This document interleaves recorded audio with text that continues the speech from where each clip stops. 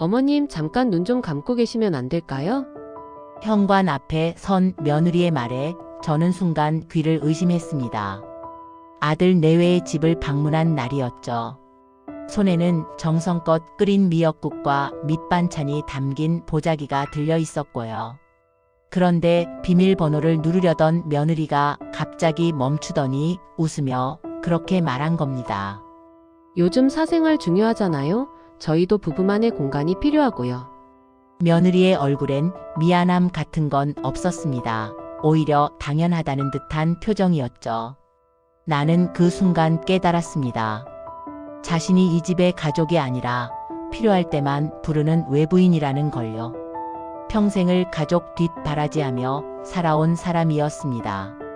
남편이 일찍 세상을 떠난 뒤로는 아들 하나 잘 키우는 게 전부였고요. 아들의 결혼만큼은 축복이라고 믿었습니다. 며느리에게만큼은 요즘 며느리들 힘들다더라는 말로 먼저 이해하려 했죠. 하지만 그 이해가 독이 될 줄은 몰랐습니다. 며느리는 저의 배려를 권리로 받아들였고 그 권리는 점점 더 커져만 갔습니다. 명절 음식은 당연히 시어머니 몫이었고 친척 앞에서는 자신이 모든 걸 준비한 것처럼 행동했죠. 시어머니의 노고는 자연스럽게 구식이고 당연한 것으로 치환되었습니다. 그리고 마침내 선이 완전히 무너진 날이 왔습니다.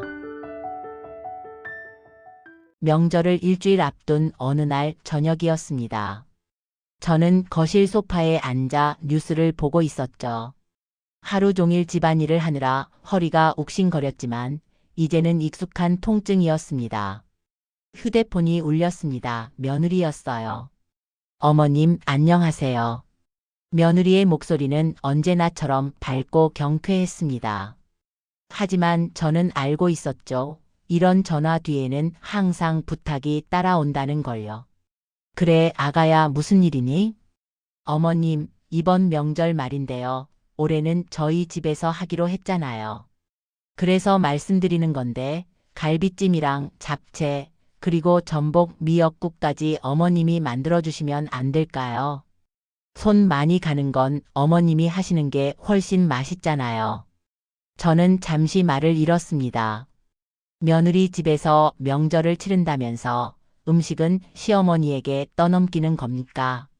하지만 입 밖으로 나온 건 다른 말이었습니다. 그래, 알았다. 엄마가 준비할게. 감사해요, 어머님. 역시 어머님이 최고예요. 저는 진짜 요리에 소질이 없어서요. 아, 그리고 저는 제가 마트에서 사올게요. 요즘 마트 전도 맛있더라고요. 전화를 끊고 나서 한숨을 깊게 내쉬었습니다. 갈비찜에 잡채, 전복 미역국이라니 혼자 준비하려면 이틀은 꼬박 걸릴 양이었죠. 허리도 아픈데 어떻게 다 하나 싶었지만 곧 부엌으로 향했습니다. 며칠 뒤 명절 당일 아침이었습니다. 새벽부터 일어나 음식을 준비했습니다. 갈비는 하룻밤 재워둔 양념에 푹 삶았고 잡채는 각종 나물을 하나하나 볶아 만들었죠. 전복은 손질해서 미역국에 넣고 국물이 우러나도록 오래 끓였습니다. 오전 11시쯤 모든 준비가 끝났습니다. 저는 음식을 정갈하게 용기에 담았고 택시를 불러 며느리 집으로 향했죠. 손에는 큰 보자기 2개가 들려 있었습니다. 아들 내외의 집은 신축 아파트 고층에 있었습니다. 현관 앞에 도착했을 때 며느리가 문을 열었죠. 어머님 오셨어요? 어머, 이게 다 뭐예요? 며느리는 놀란 척했지만 그 표정 어딘가에는 당연하다는 느낌이 배어 있었습니다. 저는 보자기를 들고 안으로 들어갔죠. 갈비찜이랑 잡채, 미역국 다 만들어 왔다. 냉장고에 넣어놔라. 와, 어머님 감사해요. 역시 어머님 손맛이 최고죠. 며느리는 밝게 웃으며 음식을 받아들었습니다. 하지만 곧 자신이 준비한 것처럼 말을 이어갔죠. 참, 어머님 제가 전이랑 과일 준비했어요. 마트에서 좋은 거로 샀거든요. 요즘은 마트 전도 정말 맛있더라고요. 윤복자는 고개를 끄덕였습니다. 며느리가 준비했다는 전은 마트에서 산 냉동 제품이었고 과일은 그저 바구니에 담긴 사과와 배 몇 개였죠. 하지만 아무 말도 하지 않았습니다. 오후 1시쯤 친척들이 모이기 시작했습니다. 시댁 쪽 친척 몇 명과 아들의 친구 부부까지 10명이 넘는 사람들이 모였죠.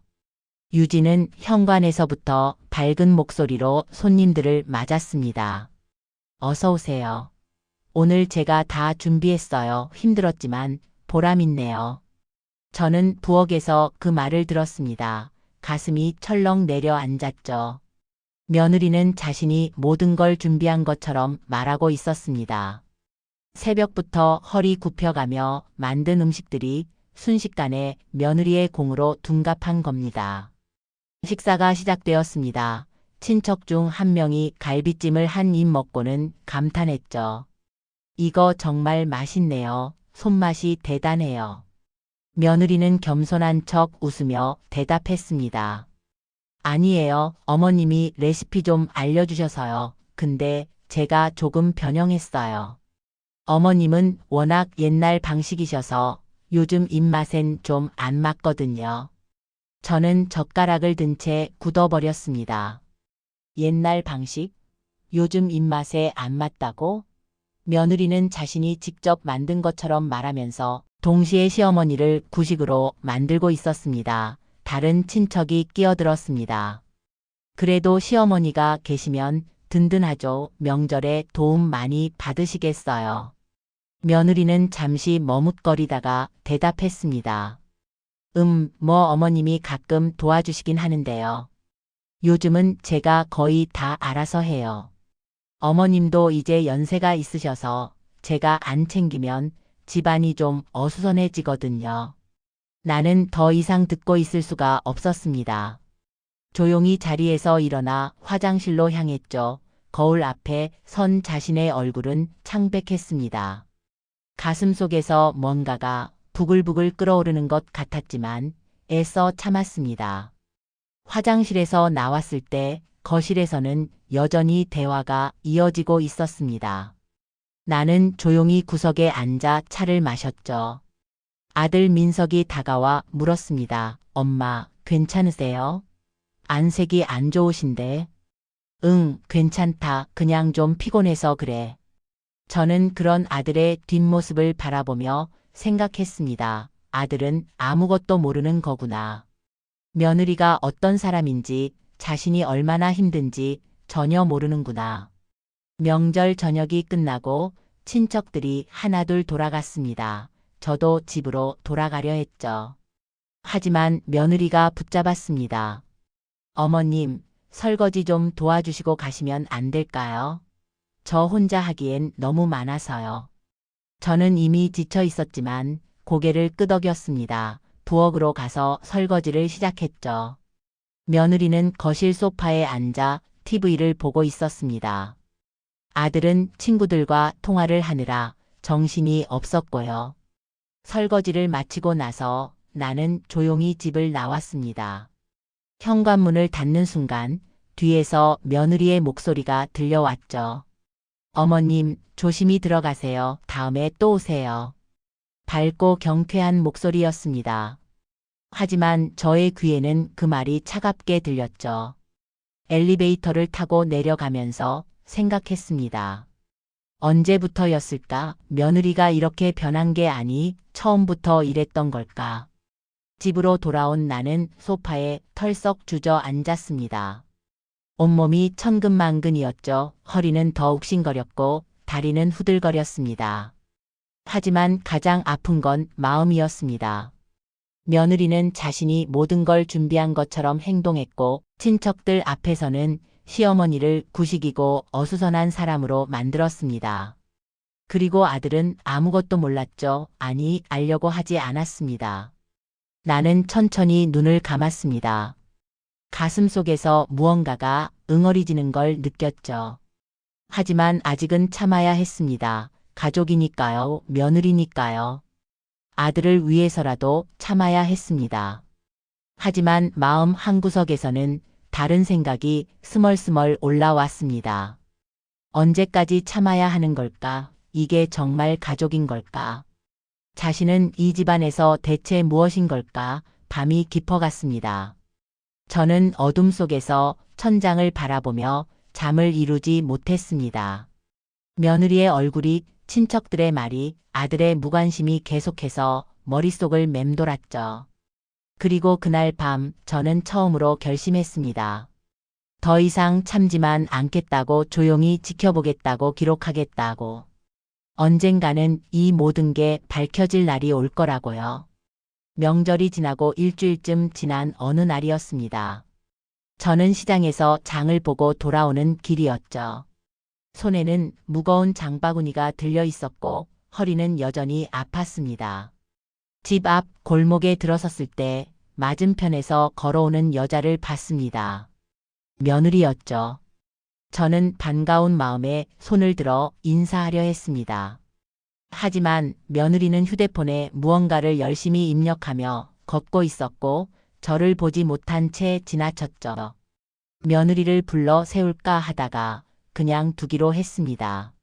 무거운 장바구니를 들고 집으로 향했죠. 집에 도착해 짐을 내려놓고 나서 소파에 앉았습니다. 방금 전 며느리의 모습이 자꾸만 떠올랐죠. 그렇게 바빠 보이던데 무슨 일이 있는 걸까? 아들한테 무슨 일 있는 건 아닐까? 휴대폰을 들고 며느리에게 전화를 걸었습니다. 여보세요, 유진아? 네, 어머님 무슨 일이세요? 며느리의 목소리는 약간 짜증 섞여 있었습니다. 뭔가 바쁜 듯 했죠. 아니, 아까 우리 집 앞 골목에서 너 봤는데 어디 가는 길이었니? 전화 너머로 잠깐 침묵이 흘렀습니다. 아, 어머님 집 근처요? 아니에요. 저 오늘 그쪽 안 갔는데요. 집에 있었어요. 저는 순간 당황했습니다. 분명히 봤는데요. 며느리의 옷차림까지 선명하게 기억하고 있었죠. 검은색 코트에 회색 머플러를 두른 모습이었습니다. 그래? 엄마가 잘못 본 것 같구나. 비슷한 사람이었나 보다. 네, 어머님 그럼 저 바쁜데 끊을게요. 전화가 끊어졌습니다. 저는 휴대폰을 내려놓고 고개를 갸웃거렸죠. 정말 잘못 본 걸까? 하지만 너무나 확실하게 봤는데요. 그날 밤 잠을 설쳤습니다.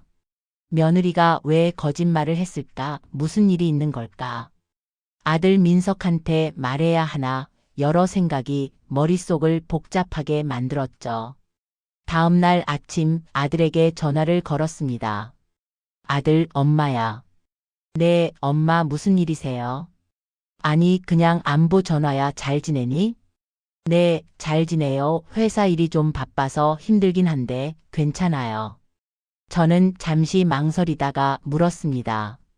유진이는 잘 지내고? 네, 유진이도 잘 지내요. 왜요? 아니, 그냥 궁금해서. 요즘 유진이가 좀 바빠 보이던데. 유진이요? 아니에요. 집에서 쉬고 있어요. 요즘 특별히 바쁜 건 없는데요. 저는 더 이상 묻지 않았습니다. 아들과 통화를 마치고 나서 어머니는 깊은 한숨을 내쉬었죠. 뭔가 석연치 않았지만 확실한 건 없었습니다. 며칠 뒤 저는 동네 슈퍼에 갔습니다. 장을 보려고 들어섰는데 슈퍼 주인 아주머니가 말을 걸어왔죠. 언니, 며느리 요즘 친정 자주 가나 봐요. 친정이요? 우리 며느리가? 네, 요 며칠 전에 봤는데 이쪽 근처에서 택시 타더라고요. 큰 가방 들고요. 친정 가는 것 같았어요. 가슴이 덜컥 내려앉았습니다. 며느리가 자신의 집 근처에 왔다 간 게 맞았던 거죠. 그런데 왜 거짓말을 했을까? 그리고 큰 가방은 또 뭘까? 그랬어요? 몰랐네요. 아, 그래요? 제가 착각한 건가 하하. 슈퍼 주인 아주머니는 웃으며 화제를 돌렸지만 저의 마음은 이미 복잡해져 있었습니다. 집으로 돌아온 저는 거실에 앉아 생각에 잠겼습니다. 며느리가 뭔가를 숨기고 있는 게 분명했죠. 하지만 뭘 숨기는 걸까? 왜 자신한테는 말하지 않는 걸까? 그날 저녁 아들 민석에게서 전화가 왔습니다. 엄마, 주말에 저희 집에 오실 수 있어요? 응, 갈 수 있지. 무슨 일인데? 아니, 그냥 오랜만에 같이 저녁 먹으려고요. 유진이가 엄마 보고 싶대요. 며느리가 자신을 보고 싶어 한다고요? 믿기지 않았지만 아들의 제안을 거절할 수는 없었죠. 그래, 알았다. 엄마가 갈게. 주말이 되었습니다.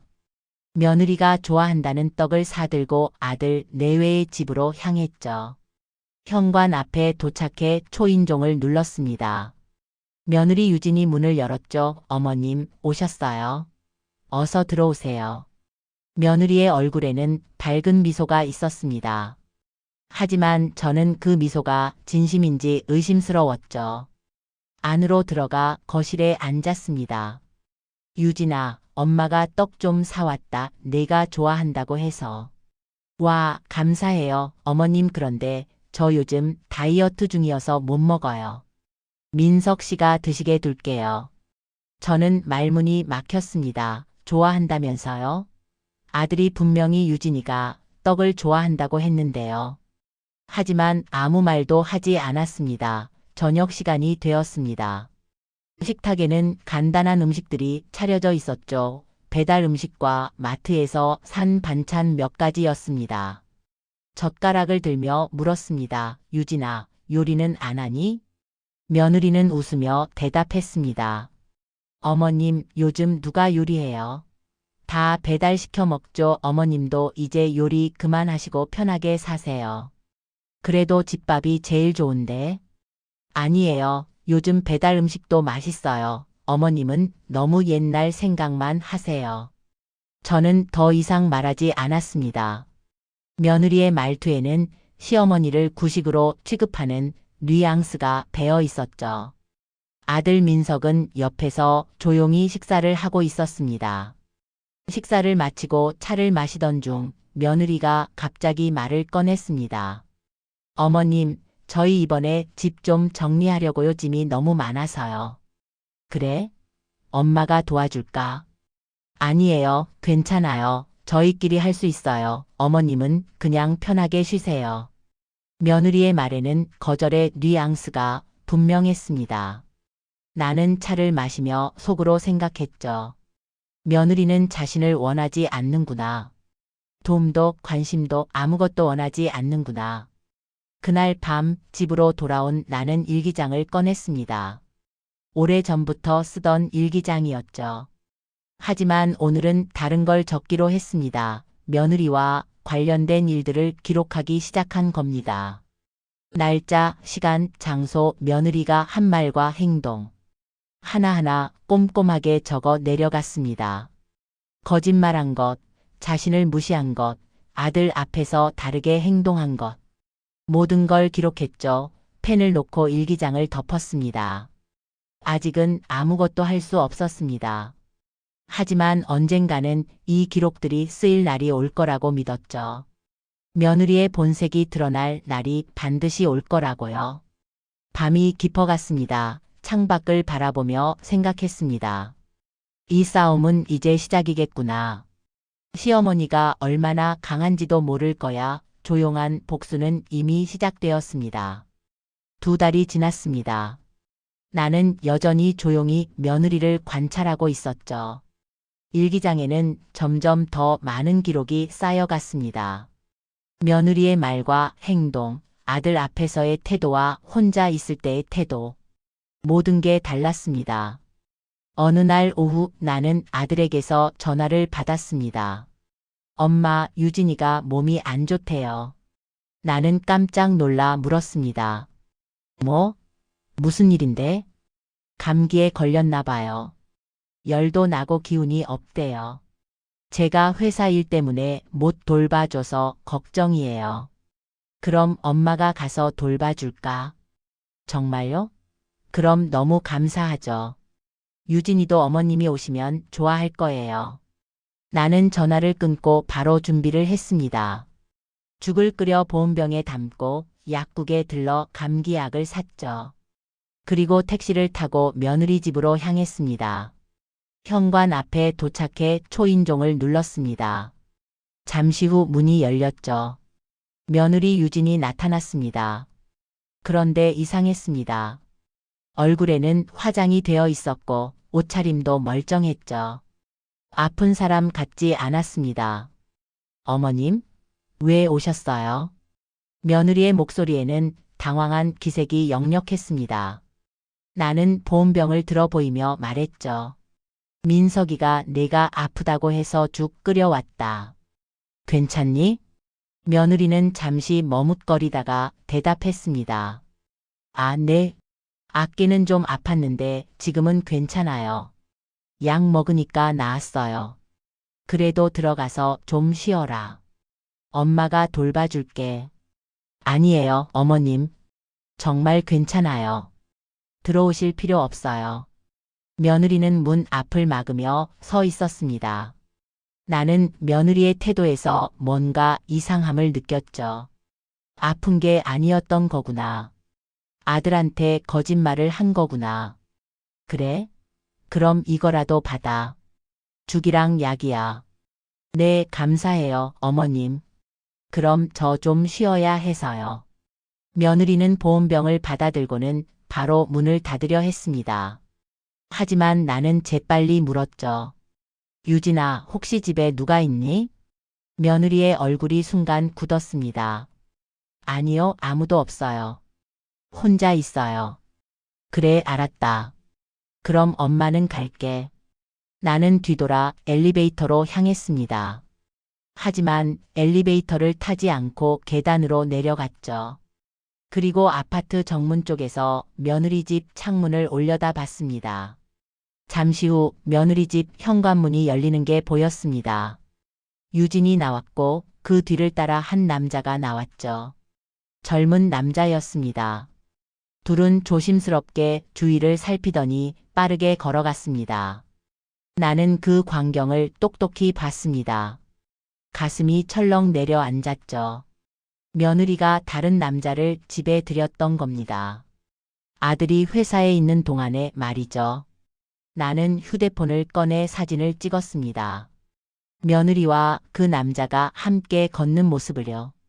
그리고 조용히 집으로 돌아왔습니다. 집에 도착한 나는 소파에 주저앉았습니다. 손이 떨렸습니다. 화가 나고 배신감이 밀려왔죠. 하지만 동시에 생각했습니다. 이제 증거가 생겼구나. 며느리의 본색을 보여줄 증거가. 하지만 어떻게 해야 할까요? 아들한테 바로 말해야 할까요? 아니면 더 기다려야 할까요? 나는 깊은 고민에 빠졌습니다. 그날 밤 아들 민석에게서 전화가 왔습니다. 엄마, 오늘 유진이 돌봐주셔서 감사해요. 유진이가 죽 맛있게 먹었대요. 나는 씁쓸하게 웃었습니다. 며느리는 또 거짓말을 하고 있었던 거죠. 그래, 다행이다. 빨리 나았으면 좋겠구나. 네, 엄마. 그런데 엄마, 유진이가 요즘 좀 힘들어해요. 스트레스를 많이 받나 봐요. 무슨 스트레스? 잘 모르겠어요. 말을 안 해줘서요. 그냥 집에서 쉬고 싶대요. 나는 속으로 비웃었습니다. 쉬고 싶다고요? 다른 남자를 만나느라 바쁜 거겠죠. 그래, 알았다. 유진이 잘 챙겨줘라. 전화를 끊고 나서 나는 일기장을 꺼냈습니다. 오늘 있었던 일을 자세히 기록했죠. 며느리가 아프다고 거짓말한 것, 집에 남자를 들인 것, 그 남자와 함께 나간 것, 그리고 사진까지 첨부했습니다. 며칠 뒤 나는 동네 카페에서 친구를 만났습니다. 복자야, 요즘 무슨 일 있어? 얼굴이 안 좋아 보이는데. 나는 한숨을 쉬며 대답했습니다. 며느리 때문에 속상해. 또 무슨 일이야? 나는 조심스럽게 며느리의 행동에 대해 이야기했습니다. 거짓말하는 것, 자신을 무시하는 것, 아들 앞에서 다르게 행동하는 것. 하지만 다른 남자에 대해서는 말하지 않았죠. 아직은 확실하지 않았으니까요. 김 여사는 고개를 끄덕이며 말했습니다. 요즘 며느리들이 다 그래. 시어머니를 뭐라고 생각하는지 모르겠어. 우리 때는 안 그랬는데. 그러게. 나는 정말 유진이한테 잘해주려고 했어. 이해하려고 했고. 그런데 유진이는 날 가족으로 안 보는 것 같아. 그래도 참아야지. 아들 때문에라도. 나는 고개를 끄덕였지만 마음속으로는 생각했습니다. 언제까지 참아야 하는 걸까? 이대로 계속 당하고만 있어야 하는 걸까? 카페를 나와 집으로 돌아가는 길이었습니다. 나는 문득 며느리의 친정 이야기를 떠올렸죠. 며느리의 어머니는 어떤 사람일까? 딸한테 뭐라고 가르쳤을까? 그날 밤 나는 잠을 이루지 못했습니다. 며느리의 모습이 자꾸만 떠올랐죠. 아픈 척하며 거짓말하던 얼굴, 다른 남자와 함께 나가던 뒷모습. 모든 게 생생했습니다. 나는 이불을 덮고 눈을 감았습니다. 하지만 잠은 오지 않았죠. 대신 마음속에서 결심이 굳어졌습니다. 더 이상 참지 않겠다고. 며느리의 본색을 반드시 밝혀내겠다고. 아들이 진실을 알아야 한다고. 하지만 서두르지는 않을 겁니다. 조용히 철저하게 증거를 모을 겁니다. 그리고 때가 되면 모든 걸 폭로할 겁니다. 며느리가 어떤 사람인지 무슨 짓을 했는지 다 밝혀낼 겁니다. 복수는 천천히 그러나 확실하게 진행되고 있었습니다. 한 달이 또 지났습니다. 나는 여전히 조용히 증거를 모으고 있었죠. 일기장은 이제 한 권이 다 차갈 정도였습니다. 며느리의 거짓말, 이중적인 태도, 수상한 행동들이 빼곡히 기록되어 있었죠. 그러던 어느 날 나는 아들로부터 급한 전화를 받았습니다. 엄마, 지금 시간 있으세요? 아들의 목소리는 다급했습니다. 나는 불안한 마음에 대답했죠. 응, 있다. 무슨 일이니? 지금 저희 집 좀 와주실 수 있어요? 급한 일이 생겼어요. 알았다. 엄마가 지금 갈게. 나는 서둘러 외출 준비를 하고 택시를 탔습니다. 아들 내외의 집으로 가는 내내 불안한 마음이 가시지 않았죠. 무슨 일이 생긴 걸까? 혹시 며느리가 뭔가를 들킨 걸까? 현관 앞에 도착해 문을 열었습니다. 아들이 준 비밀번호로 들어갔죠. 안으로 들어서자마자 나는 깜짝 놀랐습니다. 거실이 난장판이었습니다. 짐들이 여기저기 흩어져 있었고 박스들이 쌓여 있었죠. 민서가, 유진아, 어디 있니? 제가 부르자 안방에서 아들이 나왔습니다. 얼굴이 창백했죠. 엄마 오셨어요? 이게 무슨 일이니? 집이 왜 이 모양이야? 민석은 한숨을 쉬며 말했습니다. 유진이가 집 정리한다고 이렇게 해놨어요. 저도 오늘 퇴근하고 와서 봤어요. 유진이는 어디 있는데? 친정에 갔어요. 엄마한테 전화하고 나서 나갔어요. 나는 거실을 둘러봤습니다. 박스들 안에는 온갖 물건들이 담겨 있었죠. 그런데 뭔가 이상했습니다. 자세히 보니 박스 하나에는 돌아가신 남편의 물건들이 들어 있었습니다. 민서가 이게 뭐니? 나는 박스를 가리키며 물었습니다. 민석이 다가와 박스를 열어봤죠. 안에는 남편의 시계, 만년필, 사진들이 들어 있었습니다. 이건 아버지 물건들인데. 그러게.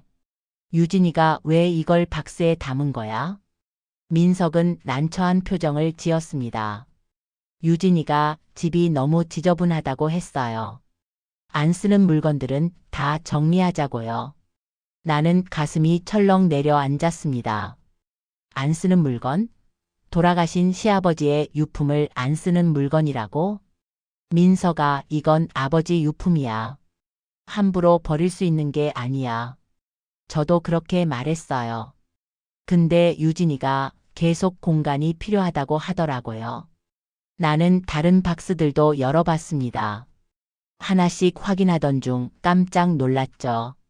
박스 안에는 중요한 서류들이 뒤죽박죽 담겨 있었습니다. 집 등기부등본, 통장, 보험 서류들이었죠. 이것들도 버리려고 했어? 저의 목소리는 떨렸습니다. 민석은 황급히 말했습니다. 아니에요. 버리려고 한 건 아니고요. 유진이가 정리하다가 실수로 넣은 것 같아요. 실수? 이게 실수야? 이건 중요한 서류들이야. 나는 서류들을 하나하나 꺼내며 확인했습니다. 다행히 찢어지거나 버려진 건 없었죠. 하지만 마음은 편치 않았습니다. 민서가 유진이한테 말해. 이런 식으로 함부로 정리하면 안 된다고. 네, 알겠어요, 엄마. 제가 유진이한테 얘기할게요. 나는 박스에서 남편의 물건들을 꺼내 조심스럽게 정리했습니다. 사진 한 장 한 장을 보며 눈시울이 붉어졌죠. 남편은 벌써 오래전에 세상을 떠났지만 이 물건들만은 간직하고 싶었습니다. 엄마, 괜찮으세요? 걱정스럽게 물었습니다. 나는 고개를 끄덕이며 대답했죠. 응, 괜찮다. 엄마가 이것들 가져갈게. 네, 그러세요. 나는 남편의 물건들과 중요한 서류들을 따로 챙겼습니다. 그리고 나머지 박스들도 하나씩 확인했죠. 혹시 또 중요한 게 섞여 있을까 봐서였습니다. 확인하던 중 나는 이상한 걸 발견했습니다. 박스 밑바닥에 영수증 몇 장이 구겨져 있었죠. 펴서 보니 고급 레스토랑 영수증이었습니다. 그것도 두 사람 분량의 코스 요리였죠. 날짜를 보니 며칠 전이었습니다. 나는 영수증을 들고 아들에게 물었습니다. 민석아, 너 며칠 전에 유진이랑 외식했니? 민석은 고개를 가로저었습니다. 아니요, 요즘 회사 일이 바빠서 외식 못했어요. 왜요? 이 영수증 봐. 며칠 전에 고급 레스토랑에서 식사한 거야. 두 사람 분량이고. 민석은 영수증을 받아들고 확인했습니다. 얼굴이 굳어졌죠. 이상하네요. 제가 간 게 아닌데. 그럼 유진이가 누구랑 간 거야? 민석은 말을 잇지 못했습니다. 나는 속으로 확신했죠.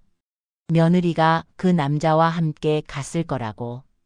아들 몰래 다른 남자와 만나고 있는 거라고. 민서가 유진이한테 물어봐. 이게 뭔지. 네, 물어볼게요. 하지만 나는 알고 있었습니다. 며느리는 또 거짓말을 할 거라고. 친구랑 갔다거나 동료랑 갔다거나 하면서 둘러댈 거라고요. 나는 영수증을 사진으로 찍었습니다. 그리고 자신의 가방에 넣었죠. 증거를 하나 더 확보한 겁니다.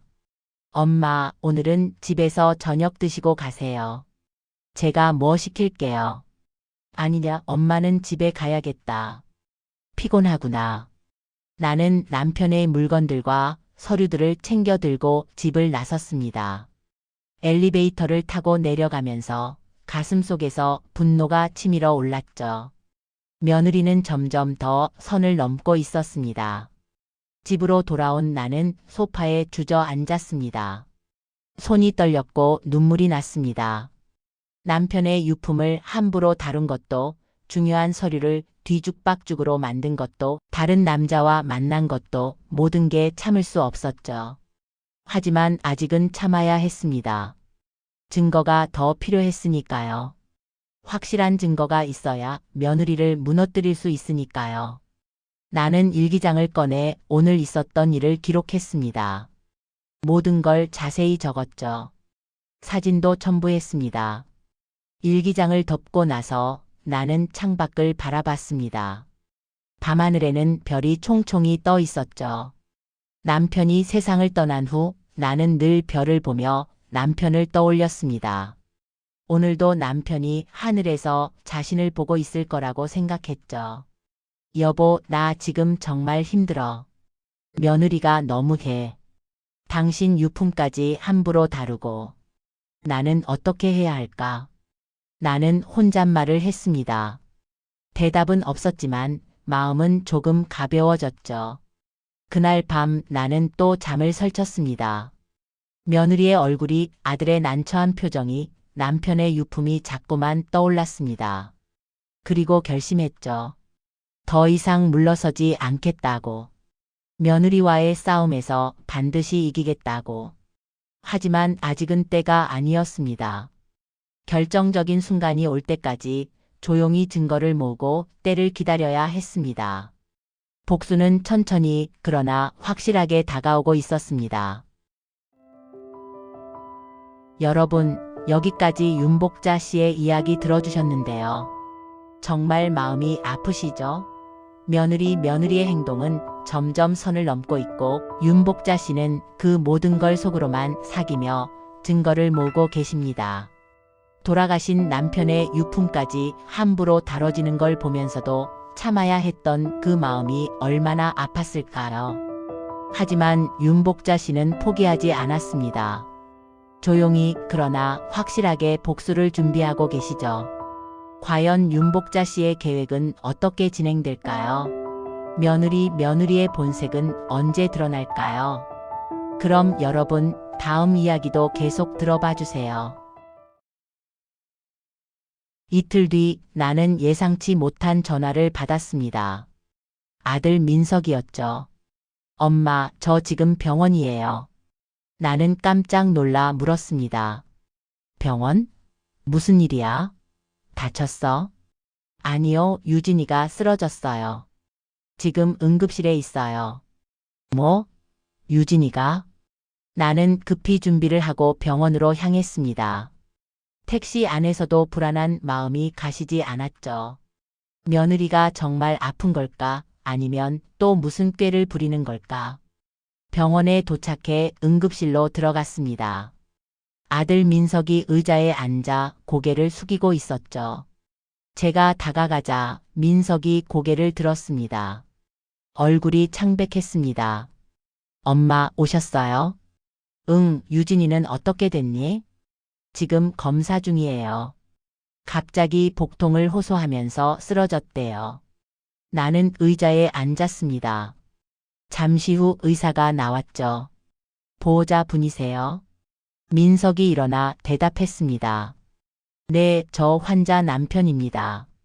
환자분은 급성 위염이에요. 스트레스와 불규칙한 식사가 원인인 것 같습니다. 입원이 필요할 것 같은데 보호자분께서 결정하시면 됩니다. 민석은 고개를 끄덕였습니다. 네, 입원시키겠습니다. 의사가 들어간 후 민석은 한숨을 쉬었습니다. 나는 아들을 바라보며 물었죠. 유진이가 요즘 스트레스를 많이 받았나 보구나. 네, 최근에 좀 예민했어요. 집 정리하느라 힘들었나 봐요. 나는 속으로 비웃었습니다. 집 정리? 그게 스트레스였을까요? 아니면 다른 남자와의 관계 때문이었을까요? 유진이 병실로 옮겨졌습니다. 저와 아들은 병실로 들어갔죠. 며느리는 침대에 누워 있었고 얼굴은 창백했습니다. 민석이 다가가 물었습니다. 유진아, 괜찮아? 며느리는 고개를 끄덕이며 대답했습니다. 응, 좀 나아졌어. 걱정 끼쳐서 미안해. 아니야, 걱정하지 마. 엄마도 오셨어. 며느리는 나를 보더니 미소를 지었습니다. 하지만 그 미소는 진심 같지 않았죠. 어머님, 죄송해요. 이렇게 찾아오시게 해서. 괜찮다. 빨리 나아야지. 나는 짧게 대답하고 의자에 앉았습니다. 민석은 며느리의 손을 잡고 있었죠. 나는 그 모습을 보며 복잡한 감정에 빠졌습니다. 아들은 며느리를 사랑하고 있었습니다. 하지만 며느리는 아들을 배신하고 있었죠. 저녁이 되었습니다. 아들은 회사에 급한 일이 있다며 잠시 병원을 나갔습니다. 병실에는 저와 며느리만 남았죠. 잠시 침묵이 흘렀습니다. 나는 며느리를 바라봤습니다. 두 사람의 시선이 마주쳤습니다. 유진이 먼저 입을 열었습니다. 어머님, 제가 요즘 좀 예민했어요. 죄송해요. 괜찮다. 몸조리 잘해라. 네, 감사해요. 나는 더 이상 말하지 않았습니다. 하지만 마음속으로는 생각했죠. 너는 지금 거짓말을 하고 있구나. 병원에 누워서까지 연기를 하고 있구나. 잠시 후 며느리의 휴대폰이 울렸습니다. 며느리는 휴대폰을 집어 들더니 화면을 봤죠. 그리고 얼굴이 굳어졌습니다. 메시지를 확인하고는 재빨리 휴대폰을 엎었습니다. 나는 그 모습을 놓치지 않았습니다. 누구한테서 온 메시지일까? 혹시 그 남자일까? 유진아, 누구한테서 온 거니? 며느리는 당황한 표정을 지으며 대답했습니다. 아, 친구요. 안부 묻는 거예요. 그래, 친구가 좋구나. 나는 더 이상 묻지 않았습니다. 하지만 마음속으로는 확신했죠. 며느리는 뭔가를 숨기고 있다고. 민석이 돌아왔습니다. 손에는 죽과 과일이 들려 있었죠. 유진아, 죽 사왔어. 먹을 수 있겠어? 응, 고마워. 며느리는 죽을 받아 먹기 시작했습니다. 나는 그 모습을 보며 생각했죠. 며느리는 아들의 사랑을 받을 자격이 없는 사람이구나. 아들을 속이고 다른 남자를 만나고 시어머니를 무시하는 사람이구나. 그날 밤 나는 집으로 돌아갔습니다. 민석이 병원에 남아 유진을 돌보기로 했죠. 집에 도착한 나는 일기장을 꺼냈습니다. 오늘 있었던 일을 기록하기 시작했죠. 유진이 병원에 입원한 것, 휴대폰 메시지를 받고 당황한 것, 민석이 정성스럽게 돌보는 것. 모든 걸 자세히 적었습니다. 그리고 한 가지 더 추가했죠. 며느리의 입원이 진짜인지 아니면 또 다른 꾀인지 확인해야겠다고. 다음 날 나는 병원을 다시 찾았습니다. 민석은 회사에 갔고 유진 혼자 병실에 있었죠. 제가 들어서자 며느리는 놀란 표정을 지었습니다. 어머님 오셨어요? 응, 민석이가 회사 갔다고 해서 왔다. 혼자 있으면 심심할 것 같아서. 아, 괜찮아요. 어머님 오실 필요 없는데. 하지만 나는 이미 의자에 앉아 있었습니다. 며느리는 난처한 표정을 지었죠. 잠시 후 며느리의 휴대폰이 다시 울렸습니다. 며느리는 재빨리 휴대폰을 집어들고 화면을 봤죠. 그리고 또 얼굴이 굳어졌습니다. 메시지를 확인하고는 휴대폰을 주머니에 넣었습니다. 나는 조용히 물었습니다. 유진아, 무슨 일 있니? 얼굴이 안 좋은데. 아니요, 아무것도 아니에요. 그래? 힘든 일 있으면 엄마한테 말해라. 엄마가 도와줄 수 있어. 며느리는 잠시 망설이다가 고개를 저었습니다. 아니에요, 정말 괜찮아요. 나는 더 이상 묻지 않았습니다. 하지만 마음속으로는 계획을 세우고 있었죠. 며느리의 휴대폰을 확인해야겠다고. 증거를 확보해야겠다고. 유진이 화장실에 간 사이 나는 재빨리 며느리의 가방을 뒤졌습니다. 하지만 휴대폰은 유진이 가지고 간 것 같았죠. 나는 아쉬워하며 다시 자리에 앉았습니다. 며느리가 돌아왔습니다.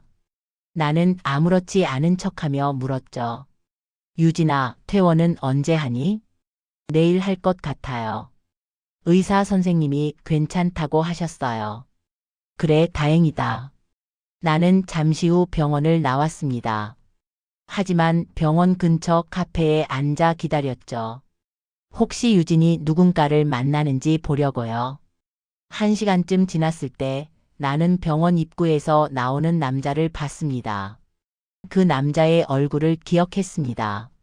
며칠 전 유진과 함께 나왔던 그 남자였습니다. 나는 재빨리 휴대폰을 꺼내 사진을 찍었습니다. 그리고 병원 안으로 들어갔죠. 조심스럽게 며느리의 병실 쪽으로 향했습니다. 병실 문 앞에 도착했을 때 안에서 대화 소리가 들렸습니다. 나는 문 옆에 서서 귀를 기울였죠. 진우야, 여기 오면 어떡해? 혹시 누가 볼까 봐 무서워. 며느리의 목소리였습니다. 그리고 남자의 목소리가 이어졌죠. 걱정 마. 아무도 몰라. 나 너 보고 싶어서 왔어. 그래도 시어머니가 아까 왔다 갔어. 또 올지도 몰라. 괜찮아. 금방 갈게. 나는 더 이상 듣지 않았습니다. 조용히 병원을 빠져나왔죠. 가슴이 두근거렸습니다. 드디어 결정적인 증거를 잡은 겁니다. 며느리가 다른 남자와 만나고 있다는 증거를요. 집으로 돌아온 나는 일기장을 꺼냈습니다. 며느리와 남자가 함께 있는 모습, 남자가 병원에 들어가는 모습, 모든 증거를 차곡차곡 모았죠. 나는 일기장을 덮고 창밖을 바라봤습니다. 이제 때가 다가오고 있었습니다. 며느리의 본색을 드러낼 때가 말이죠. 하지만 아직은 조금 더 기다려야 했습니다. 완벽한 타이밍을 잡아야 했으니까요. 그날 밤 나는 처음으로 편안하게 잠들었습니다. 복수가 눈앞에 다가왔다는 안도감 때문이었죠. 며칠 뒤 민석은 어머니에게 전화를 걸었습니다. 엄마, 다음 주 토요일에 가족 모임 하려고 해요. 가족 모임? 네, 유진이 친정 부모님이랑 같이 식사하자고 하셨어요. 엄마도 오시면 좋을 것 같아요. 그래, 엄마가 갈게. 감사해요, 엄마. 장소는 제가 예약할게요. 토요일이 되었습니다. 나는 단정하게 옷을 입고 약속 장소로 향했죠. 시내 한 식당이었습니다. 식당에 도착하자 이미 아들 부부와 사돈이 앉아 있었습니다. 며느리의 어머니는 화려한 옷차림에 귀걸이가 반짝였죠. 오랜만입니다. 사돈. 아, 네. 잘 지내셨죠, 사돈? 사돈은 웃으며 악수를 청했습니다. 나는 악수를 하며 상대를 관찰했죠. 뭔가 며느리와 닮은 구석이 있었습니다. 말투나 표정에서요. 식사가 시작되었습니다. 대화는 주로 사돈이 주도했죠. 사돈 어른, 우리 사위가 정말 괜찮은 사람이더라고요. 우리 유진이가 복이 많아요. 고맙습니다. 유진이도 좋은 며느리예요. 나는 형식적으로 대답했습니다. 하지만 속으로는 전혀 다른 생각을 하고 있었죠. 며느리의 본색을 알면서도 이렇게 말해야 하는 게 괴로웠습니다. 사돈은 계속 이야기를 이어갔습니다. 요즘 젊은 부부들은 힘들죠. 집값도 비싸고 애 키우기도 어렵고. 우리 유진이도 집 꾸미느라 돈 많이 들었어요. 근데 사돈 어른, 혹시 사위 명의로 된 부동산 있으세요? 나는 순간 당황했습니다. 갑자기 왜 그런 걸 묻는 걸까요? 아, 그냥 궁금해서요. 요즘 부동산이 중요하잖아요. 나는 불편한 마음에 대답을 얼버무렸습니다. 하지만 사돈은 계속 질문을 이어갔죠. 사돈 어른은 집이 있으시죠? 혹시 나중에 사위한테 물려주실 계획이세요? 나는 더 이상 참을 수 없었습니다. 그건 아직 생각해 본 적 없습니다. 아, 그래요? 근데 민석이가 외아들이잖아요. 당연히 물려받을 거 아니에요? 나는 사돈의 말투에서 불쾌함을 느꼈습니다. 마치 자신의 재산을 당연히 며느리 것처럼 여기는 듯 했죠. 그건 제가 결정할 일입니다. 분위기가 차가워졌습니다. 민석이 황급히 화제를 돌렸죠. 엄마, 저희 다음 주에 여행 갈 계획이에요. 그래? 어디로? 제주도요. 유진이가 쉬고 싶대요. 나는 고개를 끄덕였지만 속으로는 생각했습니다. 쉬고 싶다고? 아니면 그 남자와 만날 계획인가? 식사가 끝나고 각자 헤어졌습니다. 나는 택시를 타고 집으로 돌아가면서 생각했죠. 며느리의 친정 부모도 문제가 있구나. 딸의 뒤를 봐주고 시댁 재산에 관심을 보이고. 이런 부모 밑에서 자랐으니 며느리가 저렇게 된 거구나. 집에 도착한 나는 일기장을 꺼냈습니다. 그리고 나는 결심했습니다. 이제 본격적으로 움직여야겠다고. 며느리의 본색을 드러낼 때가 왔다고. 다음 날 나는 오래된 친구인 김 여사에게 전화를 걸었습니다. 언니, 나 좀 도와줄 수 있어? 무슨 일인데? 며느리 문제야. 내가 증거를 모았는데 이제 어떻게 해야 할지 모르겠어. 김 여사는 잠시 침묵하다가 말했습니다. 복자야, 신중하게 생각해. 며느리를 무너뜨리면 아들도 힘들어질 거야. 나도 알아. 근데 이대로는 못 참아. 며느리가 다른 남자를 만나고 있어. 뭐? 정말? 응, 내가 직접 봤어. 그리고 증거도 있어. 김 여사는 한숨을 쉬었습니다. 그럼 민석이한테 말해야지. 아들이 알아야 해. 그게 고민이야. 어떻게 말해야 할지. 증거를 보여줘. 그게 제일 확실해. 나는 고개를 끄덕였습니다. 김 여사의 말이 맞았죠. 이제는 아들에게 진실을 말해야 할 때였습니다. 며칠 뒤 나는 아들 민석을 집으로 불렀습니다. 민석아, 엄마가 할 말이 있다. 네, 엄마. 무슨 일이세요? 나는 일기장을 꺼냈습니다.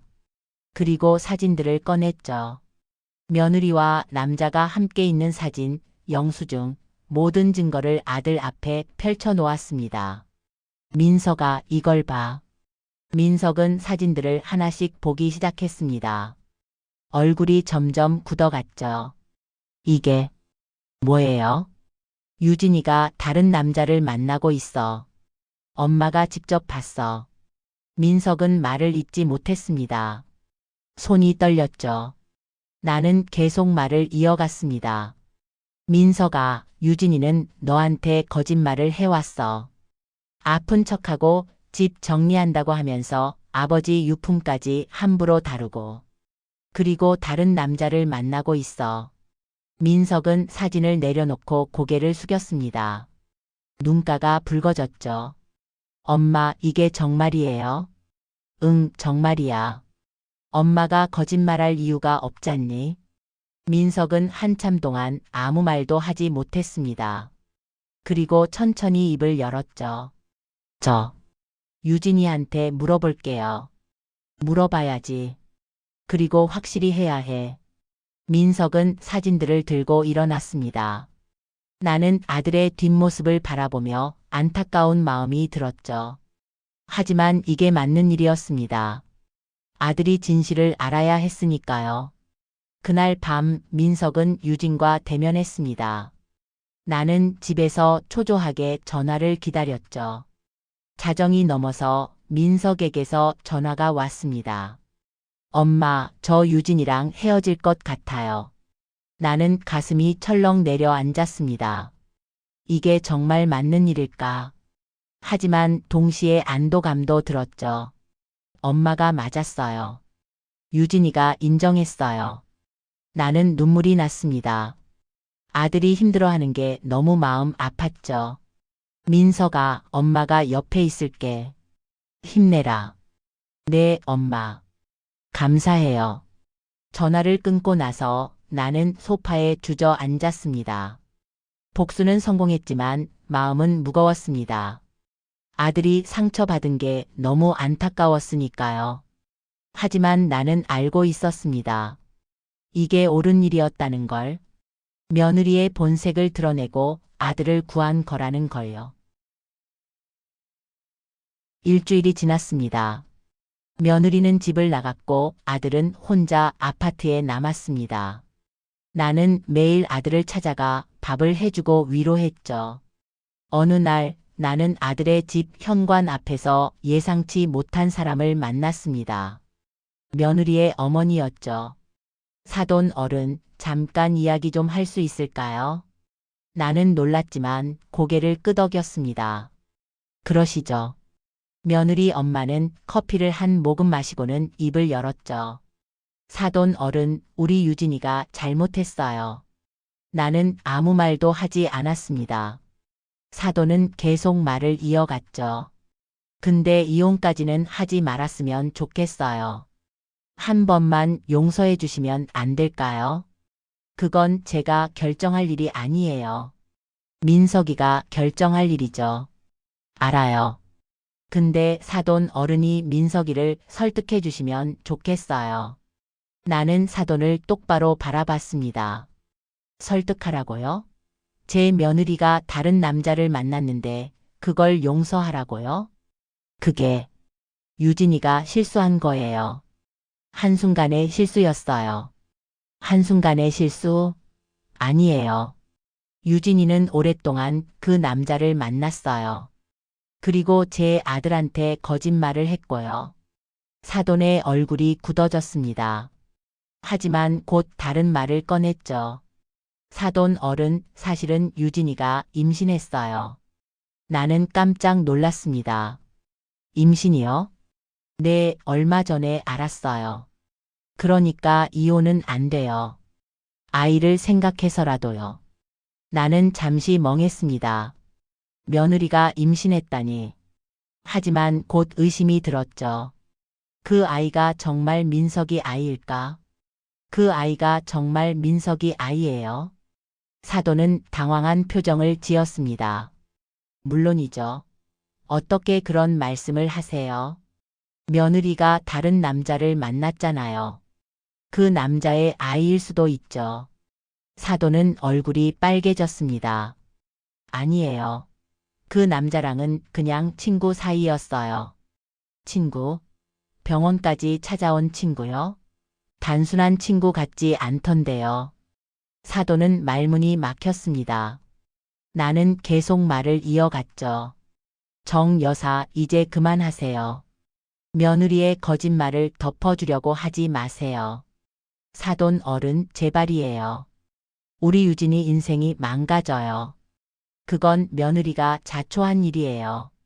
나는 자리에서 일어났습니다. 더 이상 대화할 필요가 없었죠. 사돈은 나를 붙잡으려 했지만 나는 뿌리쳤습니다. 카페를 나와 집으로 돌아가는 길, 나는 복잡한 심정이었습니다. 며느리가 임신했다는 말이 계속 머릿속을 맴돌았죠. 만약 정말로 민석의 아이라면 어떻게 해야 할까?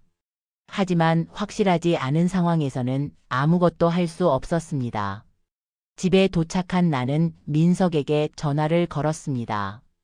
민석아, 엄마야. 오늘 유진이 엄마를 만났다. 네?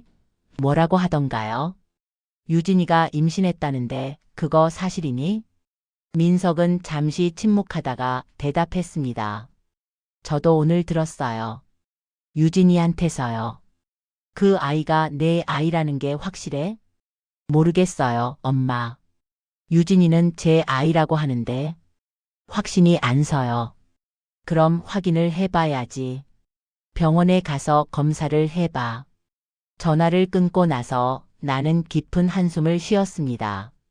상황이 점점 복잡해지고 있었죠. 며칠 뒤 민석은 유진과 함께 병원에 갔습니다. 유진은 정말로 임신한 상태였죠. 하지만 아이의 아버지가 누구인지 확인하려면 아이가 태어날 때까지 기다려야 했습니다. 민석은 고민에 빠졌습니다. 유진과 다시 합쳐야 할까? 아니면 이대로 이혼을 진행해야 할까? 나는 아들의 고민을 지켜보며 안타까워했죠. 어느 날 밤 민석은 어머니를 찾아왔습니다.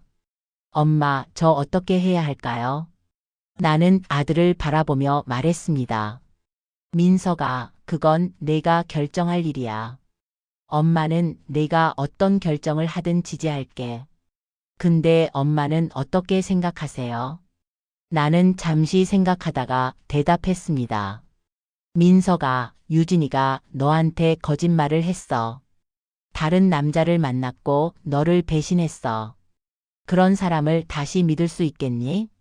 민석은 고개를 숙였습니다. 근데 아이가 제 아이라면 책임을 져야 하지 않을까요? 아이가 내 아이인지 확실하지 않잖아. 그래도 만약에 제 아이라면 나는 아들의 어깨를 감싸 안았습니다. 민석아, 내가 어떤 결정을 하든 엄마는 내 편이야. 하지만 신중하게 생각해.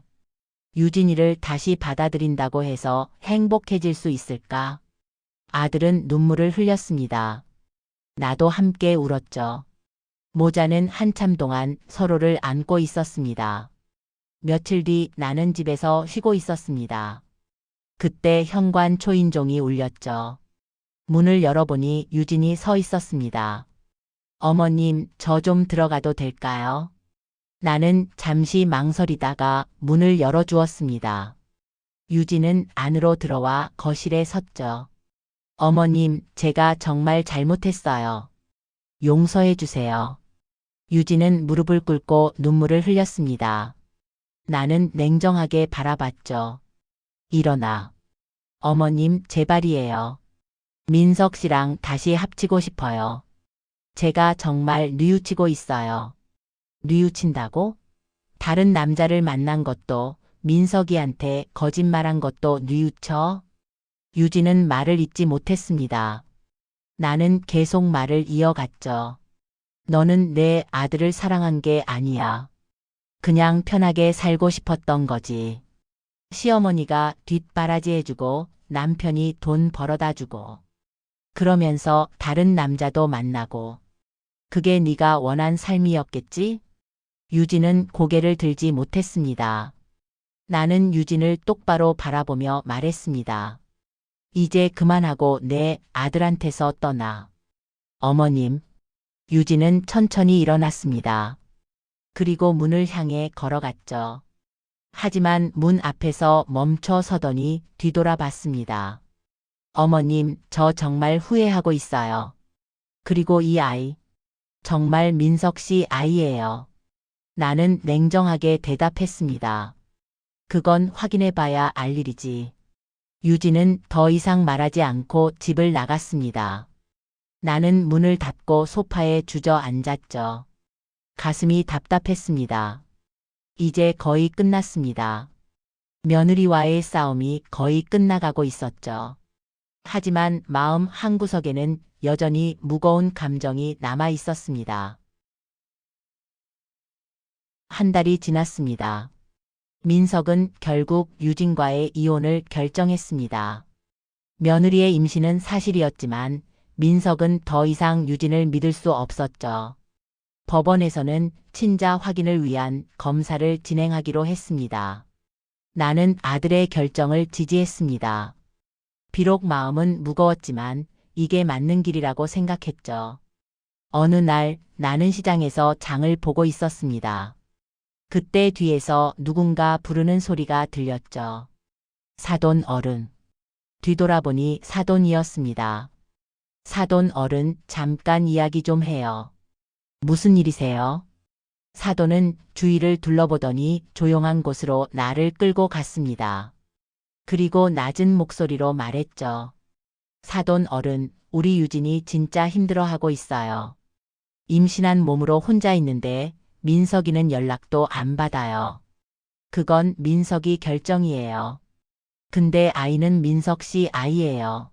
확실해요. 나는 사돈을 똑바로 바라봤습니다. 정 여사, 그건 확인해 봐야 알 수 있어요. 며느리가 다른 남자를 만났잖아요. 사돈의 얼굴이 붉어졌습니다. 그 남자는 그냥 친구예요. 친구가 병원까지 찾아오나요? 그리고 진우야라고 부르는 게 단순한 친구 사이예요. 사돈은 말문이 막혔습니다. 정 여사, 이제 그만하세요. 며느리가 잘못한 건 사실이에요. 제 아들한테 거짓말하고 다른 남자를 만났어요. 그리고 시어머니인 저를 무시했고요. 이제 와서 아이를 핑계로 다시 합치려고 하지 마세요. 제 아들이 그렇게 호락호락한 사람 아니에요. 나는 장바구니를 들고 자리를 떠났습니다. 집으로 돌아온 나는 아들에게 전화를 걸었습니다. 민석아, 엄마야. 오늘 유진이 엄마를 또 만났다. 네? 뭐라고 하던가요? 유진이가 힘들다고 아이가 내 아이라고 했어. 민석은 한숨을 쉬었습니다. 엄마, 저도 유진이한테서 문자를 받았어요. 다시 만나자고요. 민석아, 내 마음은 어때? 잘 모르겠어요. 화도 나고 배신감도 들고. 근데 한편으로는 만약 정말 제 아이라면 어떡하나 싶기도 하고요. 나는 잠시 침묵했습니다. 그리고 조용히 말했죠. 민서가 친자 확인 결과가 나올 때까지 기다려. 그리고 내 마음을 정리해. 유진이를 용서할 수 있을지, 다시 시작할 수 있을지. 그걸 생각해봐. 네, 엄마. 그렇게 할게요. 그날 밤 나는 혼자 거실에 앉아 생각에 잠겼습니다. 며느리와의 싸움이 거의 끝나가고 있었지만 마음은 여전히 무거웠죠. 아들이 상처받은 것도 며느리가 임신한 것도 모든 게 복잡했습니다. 한 달 뒤 친자 확인 결과가 나왔습니다. 엄마, 결과가 나왔어요. 나는 긴장한 목소리로 물었습니다. 그래서 아이는 제 아이가 아니에요. 나는 순간 멍해졌습니다. 그 아이가 민석의 아이가 아니라니. 유진은 끝까지 거짓말을 한 거였죠. 민석아, 괜찮니? 네, 엄마. 이제 확실해졌어요. 제가 옳은 결정을 한 거예요. 나는 안도의 한숨을 쉬었습니다. 아들이 더 이상 며느리에게 속지 않아도 되는 거였죠. 민서가 잘됐다. 이제 새로운 인생을 살아라. 네, 엄마. 감사해요. 전화를 끊고 나서 나는 소파에 주저앉았습니다. 눈물이 났죠. 기쁨과 안도감이 뒤섞인 눈물이었습니다. 며느리와의 싸움은 이제 끝났습니다. 며느리는 거짓말이 들통났고 아들은 자유를 되찾았죠. 나는 아들을 지켜냈습니다. 며칠 뒤 나는 동네 카페에서 친구 김 여사를 만났습니다. 복자야, 어떻게 됐어? 끝났어. 아이가 민석이 아이가 아니래. 김 여사는 눈을 크게 떴습니다. 정말? 그럼 유진이가 끝까지 거짓말을 한 거네. 그래. 이제 민석이는 자유야. 복자야, 고생 많았어. 넌 정말 훌륭한 엄마야. 나는 미소를 지었습니다. 처음으로 마음이 편해지는 느낌이었죠. 한 달 뒤 민석과 며느리의 이혼이 최종적으로 확정되었습니다. 유진은 그 남자 진우와 함께 떠났다는 소식을 들었죠. 나는 그 소식을 듣고 쓸쓸하게 웃었습니다. 결국 제 갈 곳으로 간 거구나. 어느 날 저녁 민석이 어머니를 찾아왔습니다. 손에는 꽃다발이 들려 있었죠. 엄마, 이거 받으세요. 이게 뭐니? 감사의 표시예요. 엄마가 아니었으면 저 아직도 유진이한테 속고 살았을 거예요. 나는 꽃다발을 받으며 눈물을 흘렸습니다. 민석아, 엄마는 내가 행복했으면 좋겠어. 네, 엄마. 이제 새로운 시작이에요. 모자는 서로를 껴안았습니다. 긴 싸움이 끝나고 평화가 찾아왔죠. 그날 밤 나는 일기장을 꺼냈습니다. 마지막 페이지에 한 줄을 적었죠. 오늘 모든 게 끝났다.